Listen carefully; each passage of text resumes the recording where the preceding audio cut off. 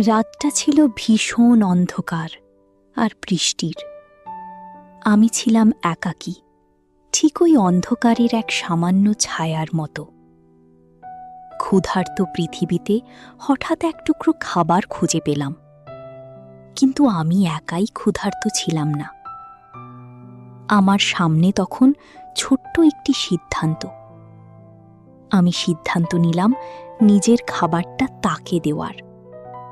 খালি পেটে ফিরলাম, কিন্তু মনটা আজ ভরে গেল। ঠিক তখনই এক অদ্ভুত আলো আমার সামনে এসে দাঁড়ালো। কেউ একজন আমার দিকে দয়ার হাত বাড়িয়ে দিল।